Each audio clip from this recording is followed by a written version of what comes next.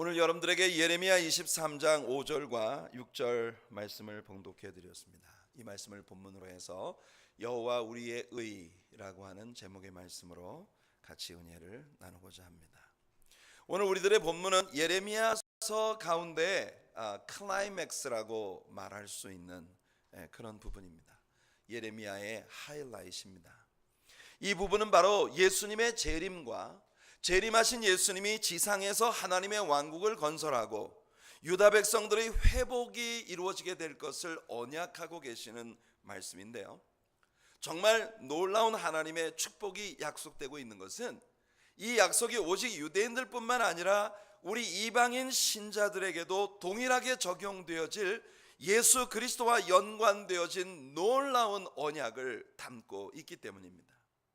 오직 예수 그리스도만이 그분의 의를 덧입고 하나님 앞에 우리를 의인으로 서게 만들어주는 유일한 구원의 길이 되시는 걸 믿으시기를 축복합니다. 이 약속은 유대인이나 이방인들 모두에게 주어진 그런 의미에서의 공통의 약속이라고 말할 수 있겠습니다. 사실 여호와 짓케누, 이 땅에 오실 메시아 예수 그리스도가 우리들의 의가 되어 주실 것이라는 이 놀라운 약속, 놀라운 언약, 이 언약은 유대인들의 하나님에 대한 배신과 배반에 대한 무서운 징계의 선포가 있고 난 직후에 선포되었습니다. 지난 수요일 저녁 성경 여행을 통해 우리가 함께 나누었어야 했던 18장과 19장을 보면 유다의 역사에 있어서 유다 사람들이 다시는 돌아올 수 없는 다리를 건너버리는 그런 참 안타까운 역사의 분기점을 우리들에게 보여주고 있었는데요, 하나님은 이 말씀 속에서 두 차례에 걸쳐 오지병에 관한, 토기, 진흙으로 빚어진 그릇에 관한 두 가지 말씀을, 두 가지 이야기를 예레미야에게 들려주십니다. 18장을 보시면 하나님은 토기장이의 집으로 내려가 토기장이가 하는 것을 보라고 예레미야에게 말씀하십니다. 마침 예레미야가 토기장이의 집으로 내려가 보니 토기장이가 농로 위에 진흙덩이를 얹어놓고 그릇을 빚는데 이 그릇이 토기장이의 손에서 부서집니다. 그런데 이 성경에 나타난 내용을 자세히 보니 이 토기장이의 손에서 빚어지던 진흙덩이가 그냥 우연히 부서진 것이 아니라 이 빚어져가는 진흙덩이가 토기장이의 마음에 드는 그릇의 쉐입으로 빚어지지 않기 때문에, 그래서 토기장이가 의도적으로 이걸 다시 빚기 위해서 자기 손에서 부수어 버리는 그런 광경이었다는 것을 우리가 이 18장의 내용을 통해 알게 됩니다. 자신이 원하는 모양의 그릇으로 빚어지지 않을 때 이 토기장이는 그 진흙덩이를 다 부서뜨려서 다시 짓이겨서 새로 농로 위에 올려놓고 자기가 원하는 그런 모양의 그릇으로 빚을 수 있는 것이죠. 여러분, 그릇이 파상했는데 아직 토기장이의 손 안에 있을 때 부서졌다는 것은 그래서 축복입니다. 왜냐하면 토기장이의 손 안에 빚어지는 과정에서 부서지는 진흙덩이는 다시 빚어질 가능성이 있기 때문이라는 거죠. 이 실물 교육을 예레미야에게 시키신 하나님께서 이 실물 교육의 의미에 대해서 말씀하십니다. 진흙이 토기장이의 손에 있음 같이 너희가 내 손에 있느니라. 사랑하는 성도 여러분, 오늘 저와 여러분들은 하나님의 손 안에 있습니다. 하나님은 유다 백성들을 아직도 너희들을 내 손에 담고 있다고 말씀하시는 거예요. 하나님은 그들을 징계하겠다고, 그들을 치려하신다고, 바벨론을 들어서 아주 초토화시켜 버릴 것이라고 무시무시한 서슬퍼런 징계의 말씀을 선포하시면서도 아직도 하나님은 유다 사람들에게 Still it's not too late, 아직 늦지 않았어. 너희들은 아직도 내 손 안에 있어. 너희들이 내 손 안에서 깨어지면, 내 손 안에서 부서지면 아직 희망이 있는 것이야. 그렇게 하나님은 말씀하고 계신 것이에요. 하지만 여러분, 이렇게 안타까운 하나님의 예레미야를 통한 메시지에 대한 유다 백성들의 반응은 정말 어이없는 것이었습니다. 예레미야 18장 12절을 보시면 유다 백성들이 예레미야를 통해서 선포하시는 하나님 말씀, 너희가 다 내 손 안에 있어. 아직도 희망은 남아있어. 너희들이 내게 순종하고 회개하고 자복하면 내가 다시 너희를 빚을 수 있어라고 그렇게 사랑으로 말씀하고 계시는 하나님께 대하여 유대인들이 보이는 반응이 이것입니다. 그러나 그들이 말하기를 이는 헛되니 우리는 우리 계획대로 행하며 우리는 각기 악한 마음이 완악한 대로 행하리라 하느니라. 와, 놀랍지 않습니까? 그들은 하나님의 말씀을 헛된 말씀이라고 부릅니다. 하나님의 말씀, 그건 정말 내 귀에 그냥 쟁쟁쟁쟁 울리는 아주 듣기 싫고 짜증나는 그런 원론적인 이야기야. 하나님 뭐라고 말씀하시든 우리는 우리 갈 길을 갈 거야. 내 계획대로 할 거야. 내 악한 도모하는 모든 일들을 난 그대로 할 거야. 하나님이 뭐라고 말씀하시든 난 내 갈 길을 가는 거야. 이것이 예레미야를 통해서 안타까이 외치시는 하나님의 사랑에 대한 유대인들의 반응이었다는 것입니다. 가슴 아프지만 오늘날도 교회 안에서 말씀 사역을 하는 하나님의 종으로서 제 마음에서 느껴지는 오늘의 현대 교회가 가지고 있는 말씀에 대한 반응이 유대인들이 이때 당시에 가지고 있었던 반응들과 그다지 다를 바가 없다고 보일 때가 정말 많다는 거예요.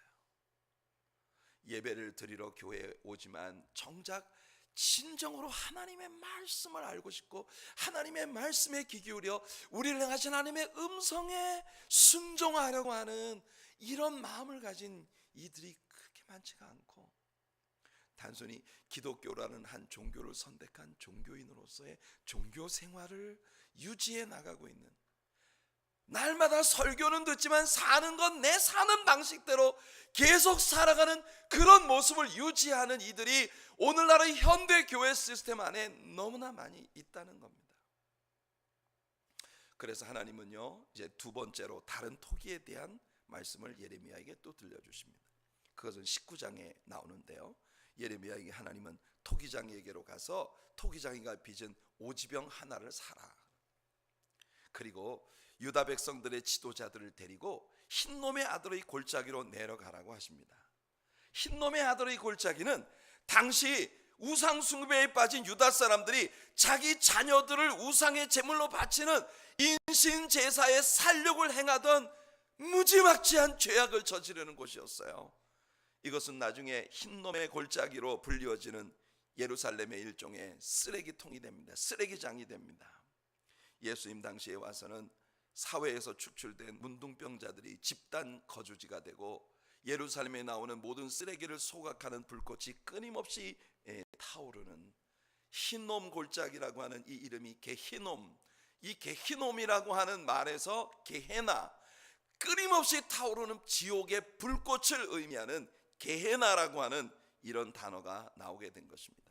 꺼지지 않는 지옥 불꽃을 상징하는 하나님의 무서운 진노가 예견되고 있는 그 흰놈의 아들의 골짜기로 오지병을 하나 사가지고 유대인들의 지도자들을 데리고 그 흰놈 골짜기로 나가라. 이 흰놈 골짜기는 또한 도벳의 골짜기로 불리워지기도 했습니다. 그래서 예레미야에게 백성의 지도자들을 데리고 흰놈 골짜기로 가서 그 흰놈 골짜기에서 지도자들이 보는 앞에 그 오지병을 깨트려 버려라. 예레미야 19장 11절에서 하나님의 말씀을 읽어드리겠습니다. 그들에게 이르기를 만군의 여호와께서 이와 같이 말씀하시되 사람이 토기장의 그릇을 한 번 깨뜨리면 다시 완전하게 할 수 없나니 이와 같이 내가 이 백성과 이 성읍을 무너뜨리리니 도벳에 매장할 자리가 없을 만큼 매장하리라. 바로 흰놈의 아들의 골짜기, 흰놈 골짜기, 게헤나, 끊임없이 타오르는 지옥불을 연상시키는 예루살렘의 쓰레기를 소각하는 불꽃이 끊임없이 타오르게 될 이곳, 이 도벳 골짜기에 우리 하나님께서 매장할 곳이 없을 정도로 그렇게 유다를 하나님이 깨뜨리시고 그 깨뜨려진 유다의 파편들을 이곳에 매장하겠다고 하나님 말씀하시고 계신 것이에요.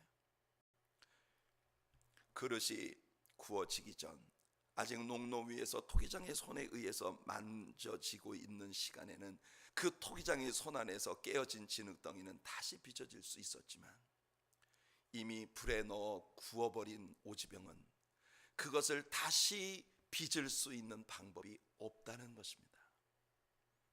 사랑하는 성도 여러분, 토기장이의 손에서 완전히 떠나버리고 난 후, 완전히 구워지고 난 후에는 삐뚤어진 채로 구워져 버린 그릇을 다시 고칠 방법이 없다는 것이에요. 이것이 우리 인생들의 모습입니다. 우리는 아직 하나님의 손으로 만져주시는 은총의 시기에 살고 있습니다. 얼마나 감사한 일입니까? 여러분들의 영혼이 삐뚤어진 채로 굳어지지 아니하도록 여러분들의 영혼을 사랑으로 관리해 주시고 늘 새롭게 해주시기 위해 하나님께서 그의 성령의 능력으로 여러분을 만져주시고 빚어주시고 끊임없이 하나님의 종을 통해 말씀을 듣게 하시고 그 말씀이 내 양심을 때리고 나에게 자극을 줄 때 성령님의 이 컨빅션, 가책을 따라 우리가 예수님을 영접하고 환영하며 순종하며 하나님의 올바른 그릇으로 빚어져 주님의 거룩한 그런 용도에 쓰임받는 도구들이 될 수 있는 찬스가 아직도 우리에게 남아 있다는 것이에요. 성도 여러분, 여러분이 주님의 손 안에 있을 때 부서지기를 바랍니다. 깨어지기를 바랍니다. 하나님의 손 안에서 새롭게 빚어지는 귀한 은총을 입는 여러분들 되시기를 예수님 이름으로 축복해 드립니다. 예루살렘을 두르고 있는 성벽들, 여러분, 성벽들 가운데 하세이드 문이라고 하는 문이 있습니다. 이 예레미야가 이야기하는 하세이드 문이 오늘날 많은 성경학자들이 우리가 일전에 느헤미야 3장에서 예루살렘을 둘러싼 성벽에 10개의 문들이 있었던 걸 배웠습니다. 양문, 어문, 옛문, 골짜기문, 분문, 샘문, 수문, 그리고 마문, 동문, 한밑간문, 10개의 문들이 있었어요. 이 문들이 예수를 믿고 그리스도 안에서 성장해 나가는 우리 신자들의 성장의 영적 성장에 대해서 너무나 멋진 그림을 우리에게 제공해 주고 있다는 걸 배웠습니다. 그 중에 분문, 바로 이 하시드 문은 분문이었을 것이라고 많은 학자들이 생각을 하고 있습니다. 여러분, 예루살렘에서 바로 이 하시드 문이라고 하는 많은 학자들이 분문이었다고 생각하고 있는 그 문 하나를 통과해서 나가면 바로 거기에 방금 우리가 배운 도벳 골짜기, 흰놈 골짜기, 게헤나, 끊임없이 타오르는 하나님의 심판의 불꽃이 타오르게 될 바로 그 흰놈 골짜기가 존재하고 있는 거예요. 이것은 우리들에게 굉장히 중요한 그림을 제공해 주고 있는 것입니다. 문 하나를 열고 안으로 들어오면 거기는 성전이 있는 곳, 예배가 있는 곳, 주의 은혜가 있는 곳이에요. 문 하나를 열고 밖으로 나가면 거기가 바로 우상을 숭배하고 그리고 엄청난 죄악을 저지르고 하나님의 무서운 심판이 예견되고 있는 진노의 자리입니다. 성도 여러분, 여러분들이 문 하나를 열고 교회로 들어오면 이곳은 여러분들이 주님을 예배하는 장소입니다. 그러나 저 문 하나를 열고 세상으로 나가면 사탄의 수없이 많은 영적 전쟁과 싸움이 기다리고 있는 치열한 전쟁터입니다. 우리는 어디에 거주해야 할까요? 사랑하는 성도 여러분, 하나님의 임재 가운데 늘 살아가는 여러분들 되시길 축복합니다. 가정에 가더라도, 여러분 직장과 생업에 가더라도, 여러분들의 자녀들이 캠퍼스에 나아갈 때 여러분, 우리는 모두 문 하나 열고 들어가면 하나님의 임재가 있고 문 하나 열고 나가면 바로 사탄의 무시무시한 괴계와 싸움이 기다리고 있는 치열한 영적 전쟁터에 살아가고 있는 것이, 여러분들 항상 주의 집에 거하는 여러분들 되시기를 축복합니다. 여러분의 가정에 있어도 여러분이 주의 집에 거하는 것이기를 바라며, 여러분 직장과 생업의 현장에 나가도 주의 집에 거하는 것이 되기를 바랍니다. 시편 84편 10절, 주의 궁정에서의 한날이 다른 곳에서의 첫날보다 나은즉 악인의 장막에 사는 것보다 내 하나님의 성전 문지기로 있는 것이 좋사오니. 그런데 오늘 본문에는 나오지 않지만 이 두 장소, 하시드 문 하나를 사이에 두고 예루살렘이라는 도시와 도벳 골짜기, 이 두 개의 지명 사이길로 남쪽으로 내려가면 나오는 또 하나의 지명이 있습니다. 그것이 바로 키드론 밸리, 기드론 시내가 흐르고 있는 기드론 골짜기입니다. 여러분, 굉장히 중요한 것은 이 기드론 골짜기가 이스라엘의 역사 가운데, 특별히 유다의 신실했던 왕들이 우상을 파괴시킨 장소가 바로 이 기드론 골짜기라는 거예요. 다시 말해 신앙과 불신앙 사이에 치열한 영적 전쟁이 벌어진 곳이 바로 예루살렘과 도벳 사이길로 내려가면 나오는 키드론 밸리라고 하는 지역이었다는 겁니다. 열왕기상 15장을 보시면 아사 왕은 그 어머니 마아가가 아세라상을 만들어 섬기자 어머니의 태우직을 폐회시키고 그 우상을 기드론 골짜기에서 찍어버렸습니다. 요시야 왕도 열왕기하 23장에서 바알과 아세라상을 기드론 시내로 가져가 거기서 불사르고 재로 가루로 빻아서 평민들의 무덤에 뿌려버렸다. 유다 왕의 역사를 조금 거꾸로 거슬러 올라가면 역대하 29장에서 바로 저 유명한 히스기야 왕이 성전을 깨끗이 청소하고 그 성전을 더럽혔던 것들을 가져다가 이 기드론 시내에서 처치해버렸습니다. 바로 이 예루살렘과 도벳, 예루살렘과 흰놈 골짜기, 이 치열한 영적 전쟁의 대조를 보여주는 두 개의 지명 사이에 키드론 밸리, 우리들의 영적 현실을 잘 보여주는 너무나 멋진 그림이 존재하고 있는 것입니다. 예루살렘 즉 하나님과의 사귐과 하나님께 대한 경배와 예배의 청결을 유지하기 위해 우리는 도벳에서 우상의 제사와 더럽고 부패한 세상의 관습들을 더불어 기드론 밸리에 나아가 영적 싸움에 승리하는 저와 여러분들이 되기를 예수님 이름으로 축원해 드립니다. 그러나 유다 나라가 이렇게 하나님께 버림받던 이 순간 다시는 유다를 위해 우상과 싸우려고 기드론 골짜기로 내려가는 왕이 더 이상은 유다의 역사에서 나오지 않았다는 것이 바로 유다 말기 역사의 비극이었습니다. 여호아스, 엘리야김, 여호야긴, 시드기야, 이 유다에 남아있는 마지막 왕들 중 어느 누구도 키드론 밸리에 하나님의 이 무서운 문제를 해결시켜 주기 위해 영적 싸움을 하러 내려갈 수 있는 영성이 있는 왕이 더 이상 나오지 않았다는 것이에요. 이게 유다 말기 역사의 비극입니다. 오늘 말세를 살아가는 우리들의 사명이 무엇인지를 이 성경이 우리들에게 확연히 가르쳐 주는 겁니다. 우리는 예루살렘과 도벳 골짜기 사이에 사는 사람들입니다. 저와 여러분들이 오늘 이 시대를 대표하여 키드론 밸리에 하나님의 영광을 등에 업고 내려갈 수 있는 영적 결단을 가진 하나님의 사람들이 되기를 예수님 이름으로 축복해 드립니다. 우리를 더욱 놀라게 하는 것은 이 시기에 이미 유다 백성들 중 일부가 바벨론으로 포로되어 잡혀가기 시작했다는 사실이에요. 예레미야가 이제까지 그렇게 눈물로 증언해 왔던 하나님의 말씀이 그들의 눈앞에서 현실화되기 시작하고 있다는 겁니다. 자기들의 눈앞에서 하나님의 자비 베푸시는 시간이, 은혜 베푸시는 시간이 끝나가고 있으며 이미 하나님께서 예언해 오신 바벨론 포로의 일이 시작되고 있다는 것이, 그 말씀이 현실화되고 있다는 것이 눈에 선명하게 보이는데도 그 누구도 하나님 말씀에 귀를 기울이지 않았다는 것이 미스터리입니다. 어떻게 이럴 수가 있을까요? 여러분, 사탄이 그 어두움으로 우리의 눈을 막아버리면, 우리의 귀를 막아버리면 더 이상 우리의 눈앞에 하나님의 말씀이 현실화되어지는 모습을 보면서도 그 마음이 돌이킬 수 없는 것이라는 걸 이 말씀이 우리들에게 아주 잘 보여주고 있는 것이에요. 성도 여러분, 오주병의 비유 속에서 여러분들의 그릇이 불 속에서 굳어지기 전에 하나님의 손 안에서 깨어지는 쪽을 선택할 수 있는 그런 우리들이 되기를 간절히 소원합니다. 결국 우리가 오늘 펼쳐놓고 있는 23장에 와서 하나님은 유다 백성들이 마치 우리를 벗어난 양무리들처럼 그렇게 온 세상에 흩어져 버리게 되었다고 선포하십니다. 흩어진 양무리들. 그런데 말이에요, 우리 하나님께서 그의 진노로 유다의 양머리를 흩어버렸다고 선포하는 바로 그 순간 하나님은 다시 그 유다를 또 회복시켜 주실 것이라는 약속을 하고 계시다는 거예요.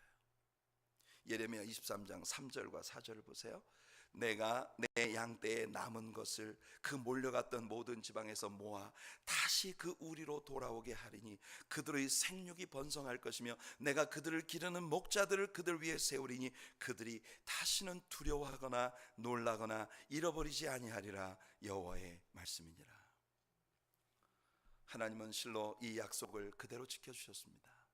특별히 하나님은 예레미야의 입을 빌어 예레미야 25장 11절과 12절에서 바벨론으로 끌려가는 그들의 포로 생활이 70년으로 제한될 것이라는 걸 말씀하셨어요. 유다를 삼킨 바벨론은 느부갓네살에 의해 초강대국으로 장성하게 됩니다.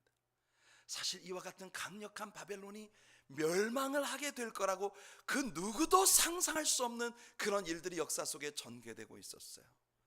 그런 나라의 유다는 포로로 잡혀간 것입니다. 그러니 사실상 이제는 인간적으로 볼 때 어떤 희망도 남아있는 것 같지 않은, 오늘 주영광 찬양대가 찬양한 것처럼 우리들의 소망이 모두 깨어져 버리고 다시는 좋은 일이 일어날 수 있을 것 같지 않아 보이는 이런 상황 가운데 처해지게 되었는데, 역사를 공부해 보면요, 그 유다 백성들이 그렇게 부서지고 깨어지고 망가지는 70년의 포로 생활 기간 중에 우리 하나님은 한시도 쉬지 않고 일하시고 계셨다는 겁니다. 우리 하나님은 쉬지 아니하시는 하나님, 정말 쉬지 않고 그 유다의 회복을 위해 70년 동안 보이지 않는 역사의 뒤안길에서 그 역사의 수레바퀴를 돌리며 끊임없이 일하고 계셨다는 걸 우리는 유다의 포로 생활의 70년 역사 속에 세계 역사에서 벌어진 일들 속에서 발견하게 되는 거예요. 먼저 유다를 집어삼킨 바벨론은 느부갓네살에 의해 엄청난 부와 권세를 누리기 시작했습니다. 느부갓네살은 그야말로 하늘을 찌를 듯한 교만을 품기 시작했죠.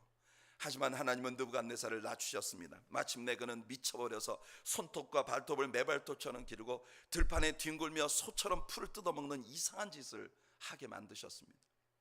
느부갓네살의 뒤를 이어 느부갓네살의 손자인 벨사살이 왕위에 오릅니다. 이 벨사살은 자신의 선왕이었던 느부갓네살보다 더 교만에 빠졌어요. 마침내 그는 자신의 부와 영광을 자랑하기 위해 백성의 귀족들을 모아놓고 잔치를 배설합니다. 그는 느부갓네살이 예루살렘 성전으로부터 옮겨왔던 성전의 기명들을 꺼내오도록 명령하여 그 성전의 기명들, 그 거룩한 그릇들을 가지고 유다 방백들이 보는 앞에 그 잔에 술을 따라 마시면서 하나님을 모독하기 시작했습니다. 그리고는 자기 할아버지가 세운 업적을 칭송하며 예루살렘 성전의 금은 기명들이 보관된 창고를 귀족들에게 다 내보이며 자신의 권세가 얼마나 큰지를 자랑하고 있었어요. 바로 그 밤에 갑자기 그 연회 자리에 손이 하나 나타나 벽에 뭔가를 쓰기 시작했습니다.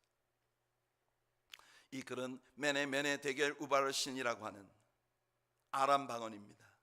그 의미는 벨사살 임금이 하나님의 저울에 달려 형편없이 모자람이 나타났다는 뜻이고, 그래서 이 글의 해석을 위해 불려왔던 다니엘은 이제 하나님께서 벨사살 임금을 죽이고 그날 밤에 그의 나라를 빼앗아 메대와 파사 두 나라에게 나누어 줄 것이라고 선언합니다. 놀랍게도 그날 밤 메대와 파사 연합군대가 바벨론을 공격해 왔어요.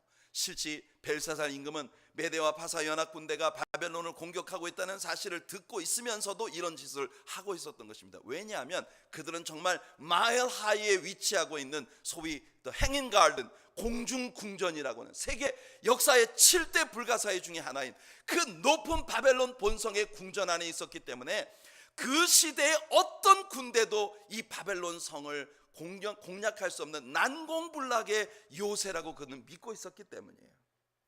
그러나 그들이 술에 취해 흥청망청하던 그 밤, 여러분, 메대와 파사 군대는 이미 바벨론을 관통하고 있는 유프라테스 강을 돌리기 위해 수로를 만들고 그 유프라테스 강줄기를 옆으로 돌려놓고는 그 강 수문을 타고 바벨론 본성에 침투하여 그날 밤 벨사살 임금을 죽이고 메대와 파사 두 나라가 바벨론을 차지하게 되는 것입니다. 메대와 파사 가운데 특별히 파사가 후에 리더십을 차지하게 되고 파사의 고레스 왕이 그의 통치 원년에 이르렀을 때 정말 스릴 넘치는 하나님의 역사가 전개됩니다. 여러분 알고 계시죠? 이미 우리 여러 차례 배웠지 않습니까? 이사야 선지자를 통해 고레스 왕이 왕위에 오르기 150년도 전에, 그러니까 고레스 왕의 어머니도 아직 태어나기 전에 하나님은 벌써 고레스라는 사람을 이름까지 거명하며 그가 일어나서 모든 유대 백성들을 그의 본토로 돌아가게 할 것이라는 예언을 선포하셨던 것이에요. 성도 여러분, 우리 하나님은 쉬지 않으시는 하나님이십니다. 오늘 여러분들의 삶이 앞이 불투명해 보일 정도로 심히 어렵고 곤란한 지경에 처해 계신가요? 염려하지 마십시오. 여러분들의 하나님은 쉬지 않으시는 하나님, 주무시지 않으시는 하나님이십니다. 이사야 44장 28절에 고레스에 대해서는 이르기를 내 목자라 그가 나의 모든 기쁨을 성취하리라 하며, 예루살렘에 대하여는 이르기를 중건되리라 하며, 성전에 대하여는 내 기초가 놓여지리라 하는 자니라. 고레스에 대한 예언은 이사야 45장까지 이어졌습니다. 고레스는 이방 왕이었지만 하나님은 그를 지명하여 부르시고 그를 들어서 하나님의 백성 이스라엘의 포로 생활로부터 이스라엘을 귀환시키시려고 그가 태어나기도 전부터 그의 이름을 그에게 주셨고 역사의 흐름을 주관하셔서 계획대로 모든 일을 주관하신 분이십니다. 그 하나님이 저와 여러분의 하나님이십니다.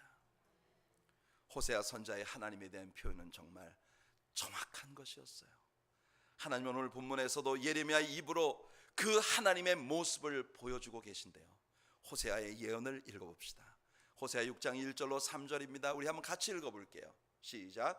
오라 우리가 여호와께로 돌아가자. 여호와께서 우리를 찢으셨으나 도로 낫게 하실 것이요 우리를 치셨으나 싸매어 주실 것임이라. 여호와께서 이틀 후에 우리를 살리시며 셋째 날에 우리를 일으키시리니 우리가 그의 앞에서 살리라. 그러므로 우리가 여호와를 알자.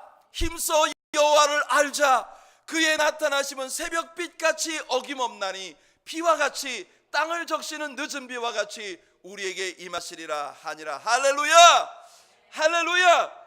여러분, 아무리 밤이 어둡고 아무리 밤이 길어도 새벽이 오면 일정하게 태양이 떠오르는 것처럼 우리 하나님은 그 언약을 반드시 지켜주시는 성실하신 주님이십니다. 하나님은 사랑의 하나님이십니다. 그러므로 유다 백성들이 우리 하나님을 잘 몰라서 그렇지 그들이 힘써 여호와를 알기만 했다면 일이 이렇게 되지 않았을 거예요. 오늘 여러분이 하나님의 사랑교회가 추구하는 게 뭡니까? 바로 하나님을 힘써 알고자 하는 것이에요. 여러분들의 목사가 목이 터지도록 늘 부르짖는 것은 여러분이 하나님을 아는 사람이 되기를 바라는 것이에요. 하나님 말씀을 통해 선포하고 계시는 하나님을 아는 저와 여러분들이 되기를 예수님 이름으로 축원해 드립니다. 하나님은 이렇게 유다의 회복을 명백히 약속하셨습니다. 그런데 사실 아직은 이 약속이 완전히 성취된 것은 아니에요. 아직 유다 백성들에 의해 하나님이 하실 일이 남아 있기 때문입니다. 우선 바사의 고레스에 의해 유다 백성들이 포로 생활로부터 귀환을 했으니까 이 예언의 1차적 의미는 이미 성취되었어요. 하지만 이 예언에는 보다 심오한 의미가 담겨 있습니다. 예수 그리스도가 재림하셔서 여러분 온 열방들을 통치하시는 왕국이 이루어졌을 때 여호와 짓케누, 우리는 예수님을 여호와 우리의 공의라고 부르게 되는 이 예언의 완전한 성취가 이루어지는 것을 보게 될 것이에요. Every knee shall bow, every tongue confess that Jesus Christ is the Lord. 그렇게 주님 앞에 고백하는 그 날이 올 때 우리는 여호와 우리의 의, 예레미야가 예언한 이 예언이 성취되는 것을 진실로 보게 될 것입니다. 그것이 오늘 우리들의 본문이에요. 5절 6절 우리 한번 읽어볼까요? 여호와의 말씀이니라. 보라 때가 이르리니 내가 다윗에게 한 의로운 가지를 일으킬 것이라. 그가 왕이 되어 지혜롭게 다스리며 세상에서 정의와 공의를 행할 것이며 그의 날에 유다는 구원을 받겠고 이스라엘은 평안히 살 것이며 그의 이름은 여호와 우리의 공의라 일컬음을 받으리라. 다윗에게서 날 의로운 가지가 누굽니까? 이것은 오래도록 반복된 예수님에 대한 예언이죠. 예수님은 여러 예언들 속에서 싹 가지 혹은 순이라고 예언되셨습니다. 가지라고 하는 이 본문의 오전에 나오는 단어는 히브리어에서 문자적으로 나무가 잘려지고 난 후에 나오는 작은 새 가지를 의미합니다. 다윗의 혈통에서 유다의 왕권이 계속되리라는 하나님의 약속은 놀라울 정도로 지켜져 왔어요. 하지만 여호야김을 끝으로 대가 끊어지고 맙니다. 그래서 그의 아잡이었던 시드기야가 왕위에 오르죠. 삼촌 시드기야가 왕위에 오릅니다. 예레미야 22장 30절을 보시면 여호와께서 이와 같이 말씀하시니라. 너희는 이 사람이 자식이 없겠고 그의 평생 동안 형통하지 못할 자라 기록하라. 이는 그의 자손 중 형통하여 다윗의 왕위에 앉아 유다를 다스릴 사람이 다시는 없을 것임이라 하시니라. 여호야김을 기점으로 모든 아들들, 다윗의 혈통의 아들들이 왕위에 오르려는 하나님의 언약은 잠시 끊어졌습니다. 결국 사무엘하 7장의 데이비드 커버넌트, 다윗과 하나님의 언약은 일시적으로 깨진 것처럼 보였지만 느헤미야의 성전 재건을 끝으로 끝났던 구약의 역사로부터 약 400년이라는 실로 오랜 세월이 지난 후에 드디어 완전히 잘려져 버렸던 다윗의 왕가의 가지에서 유대인의 왕이신 예수님이 탄생하신 것이에요. 예수님은 잘려진 가지에서 나온 연한 순처럼 소생할 듯 보이지도 않았습니다. 이사야 53장 2절을 보면 그는 주 앞에서 자라나기를 연한 순 같고 마른 땅에서 나온 뿌리 같아서 고운 모양도 없고 풍채도 없은즉 우리가 보기에 흠모할 만한 아름다운 것이 없도다 했습니다. 그러나 요한계시록 22장 16절을 보시면 나 예수는 교회들을 위하여 내 사자를 보내어 이것들을 너희에게 증언하게 하였노라. 나는 다윗의 뿌리요 자손이니 곧 광명한 새벽별이라 하시더라. 야, 여러분, 이거 굉장히 신비한 말입니다. 뿌리라고 하는 건요, 그 나무의 시작점이에요. 그런데 또 뿌리면서도 그 나무에 잘려진 가지에서 새롭게 솟아난 순이세요. 이게 신비해요. 예수님께서 메시아는 누구의 후손이냐? 다윗의 후손이니이다. 그런데 왜 다윗은 메시아를 보고 주라고 불렀느냐? 유구무원이었습니다. 이 신비가 여기 있는 거예요. 예수님이 다윗의 뿌리인 건 예수님이 창조주이시기 때문입니다. 그러나 예수님은요, 그가 창조하신 인간을 구원하시려고 다윗의 왕가에서 잘려진 다윗의 가지에서 새 순으로 나신 것이에요. 예수님이 오시기 전 세례 요한은 예수님 탄생에 대해 이렇게 외쳤습니다. 마태복음 3장 1절로 3절. 그때 세례 요한이 이르러 유대 광야에서 전파하여 말하되 회개하라 천국이 가까이 왔느니라 하였으니 그는 선지자 이사야를 통하여 말씀하신 자라. 일러스되 광야에 외치는 자의 소리가 있어 이르되 너희는 주의 길을 준비하라 그가 오실 길을 곧게 하라 하였느니라. 그리고 예수님도 세례 요한의 이 증거를 뒷받침해 주셨습니다. 마태복음 4장 17절. 이때부터 예수께서 비로소 전파하여 이르시되 회개하라 천국이 가까이 왔느니라 하시도다. 그렇습니다. 예수님 안에 하나님의 나라가 있었습니다. 우리들이 하나님의 나라를 보게 하시고 하나님의 나라에 들어가게 하시는 유일한 길이 예수님이십니다. 요한복음 14장 6절. 예수께서 이르시되 내가 곧 길이요 진리요 생명이니 나로 말미암지 않고는 아버지께로 올 자가 없느니라. 사도행전 4장 12절. 다른 이로서는 구원받을 수 없나니 천하 사람 중에 구원받을 만한 다른 이름을 우리에게 주신 일이 없음이라 하였더라. 할렐루야. 오직 예수 그리스도만이 유일한 구원의 길이시고 우리들의 유일한 희망이십니다. 일찍이 이사야 선지자는 이사야 64장 6절에서 우리의 의는 하나님 앞에 걸레와 같다, 누더기와 같다 했습니다. 사랑하는 성도 여러분, 예수님은 이 땅에 오셨으나 십자가에 피 흘려 죽으셨습니다. 이사야가 말했던 것처럼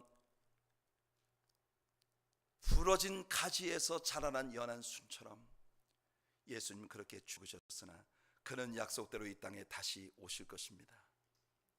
그때 우리는 예수 그리스도가 우리의 영원한 구원, 우리의 의가 되신다는 걸 주님 앞에 고백하는 여호와 우리의 의, 이 찬양으로 주님께 나아가게 될 것입니다.